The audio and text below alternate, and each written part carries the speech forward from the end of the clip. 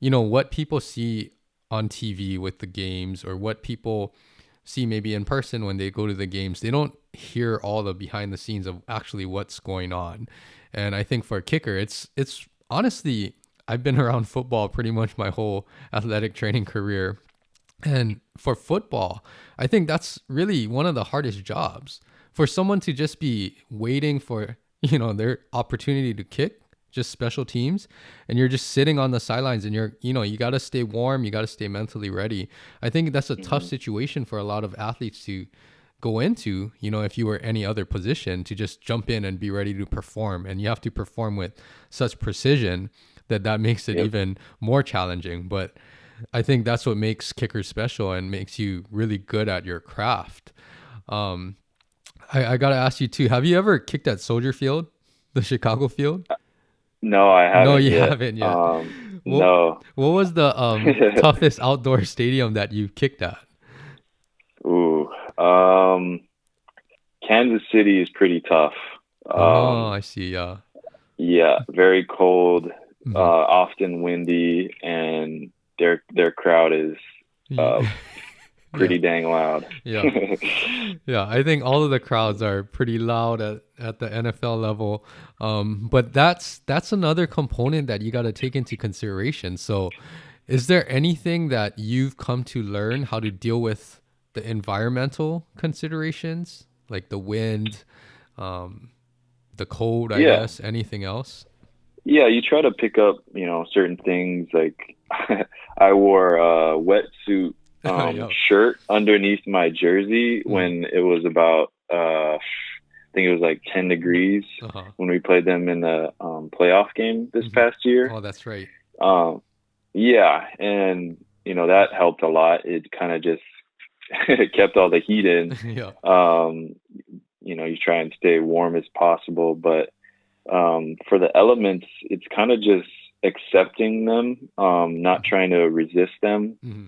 whether it be the wind or the rain or anything like that. You just kind of gotta realize that this kick is not going to go as far. Like Hmm. if we're going into the wind or the ball's wet from the rain or it's snowing or anything like Hmm. that, and kind of just realize it, accept it, and still make your same motion and technique. Try not to force anything that's unneeded. Hmm. I always hear kickers say that it's really the same swing, it's the same technique and everything. No matter if you're Hmm. kicking a PAT or if you're kicking a 50 yarder.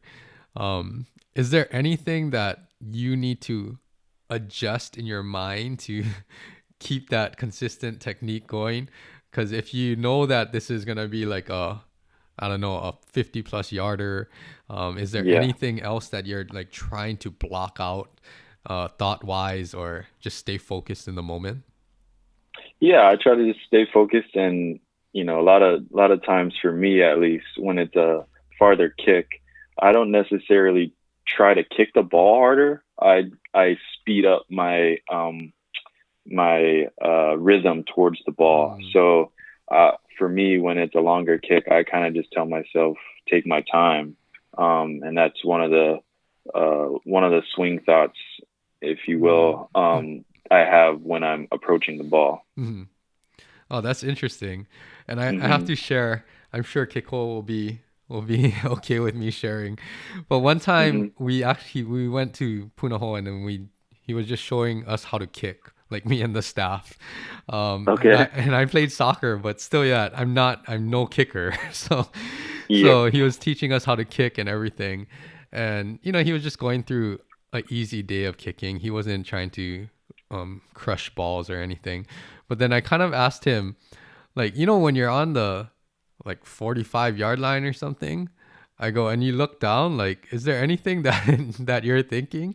And he goes, I'm trying to, exactly what you said. I'm trying to just be consistent and just take every kick as the same kick, like an extra point. But then he goes, sometimes when you look down and you see the logo underneath your foot, he goes, that sometimes you just gotta shut that off, or shut that thought off. I mean, is there any Yeah. time that that happens, I guess, or is that something consistent for all kickers? Like when they look down and they're standing on the 50-yard line logo, is that something that kind of caters to what your thinking is. Yeah, I mean, he's not wrong. Yeah. You know, when it's obviously going to affect you when you're at the midfield, and I think, you know, most of the time every kicker can hit that long ball, but like Hmm. let's say it's like, you know, pushing 60, that's when you actually need to give it a Mm. little extra. Hmm. But you know, just for those long ones, I try to keep it realistic. Like I think the stat for the NFL, all NFL kickers, is around 50% Hmm. from 50 plus. Hmm.